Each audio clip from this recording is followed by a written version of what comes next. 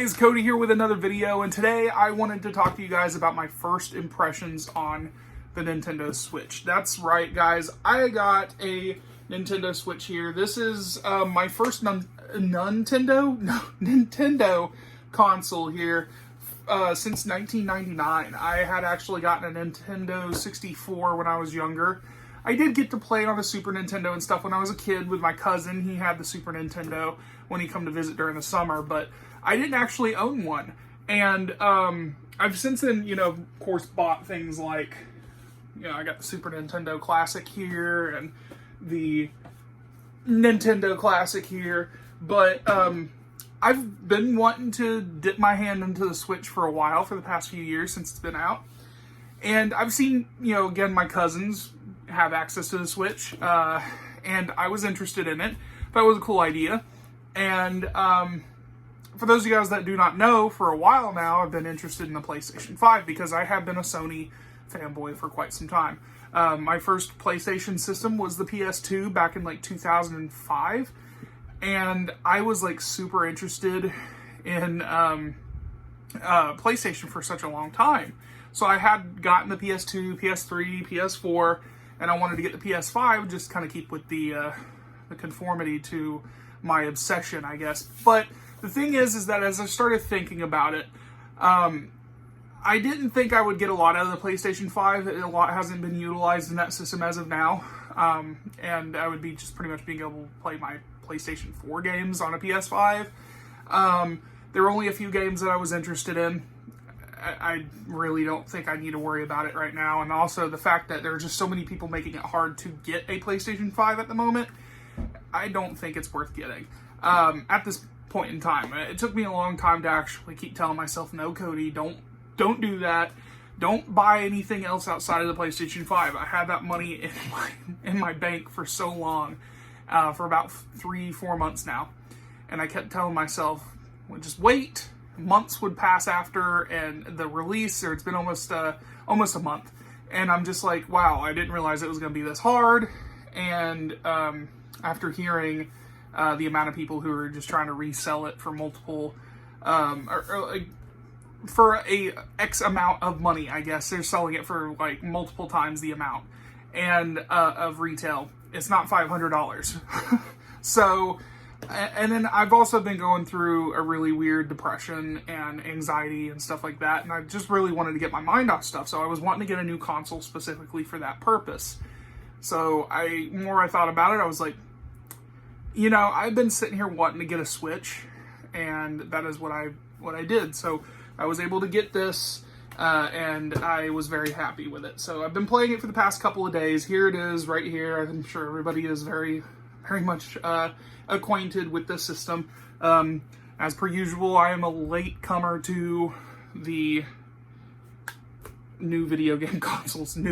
But this is a really cool system. I really do like the different adaptabilities to being able to play things like on mobile and on console. So I really do like the Joy-Cons. Of course, though my hands are absolutely huge, so I've got like boxing gloves, but I do like this. This is a really cool little thing. The system is, of course, something I'm getting used to.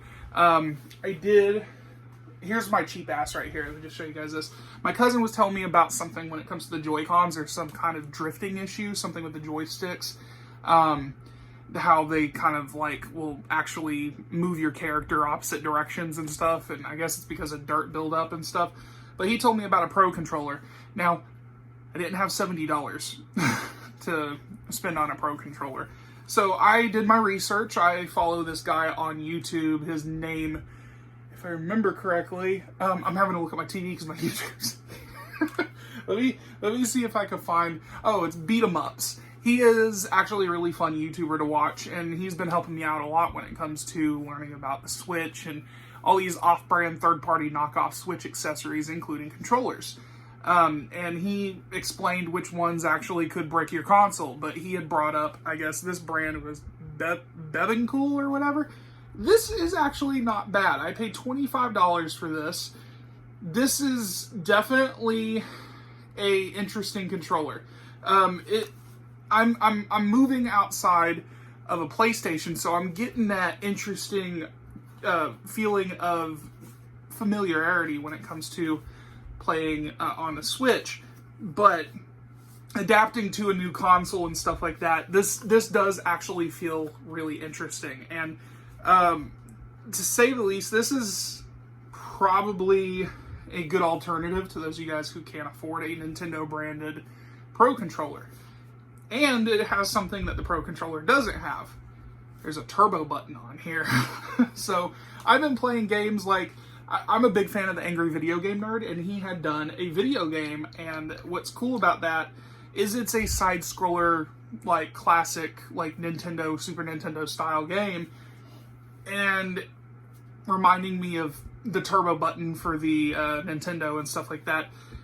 He has, it's a shooter, so you're a side-scrolling shooter, so you had to push the button a bunch of times just to shoot. Now I could just hold down the turbo button or whatever, and it's like a constant barrage of bullets hitting all the stuff, so it makes it easier to get through, I guess.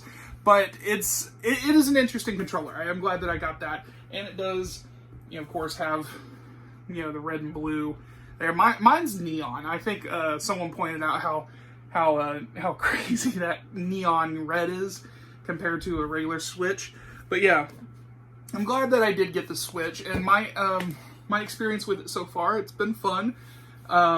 And I guess I could show you guys which games I got. I don't have a lot right now, but, and I'll give you guys my handle so you guys can add me if you guys want to play. So let me go ahead and show you guys the... Alright guys, so here's my Switch. This is what I have going on here. This is that Angry Video Game Nerd game I was telling you about. And because, I'm using the Joy-Cons, I guess I can go ahead and show you. So usually, when you're shooting, you can't hold down the B button, but on here, or not B button, Y button, on here, I'll hold this down. Or not. Hang on. I gotta turn it on real quick. There we go. Now watch. See how so much easier that is. That is so cool. But yeah, this is one of the games that I have on here. And of course I got YouTube on here and stuff like that going on here. And Mario Kart 8. Of course got Super Nintendo. Love my Lego games. Mortal Kombat. So this is all I have right here, unfortunately. I still got to work on getting the games.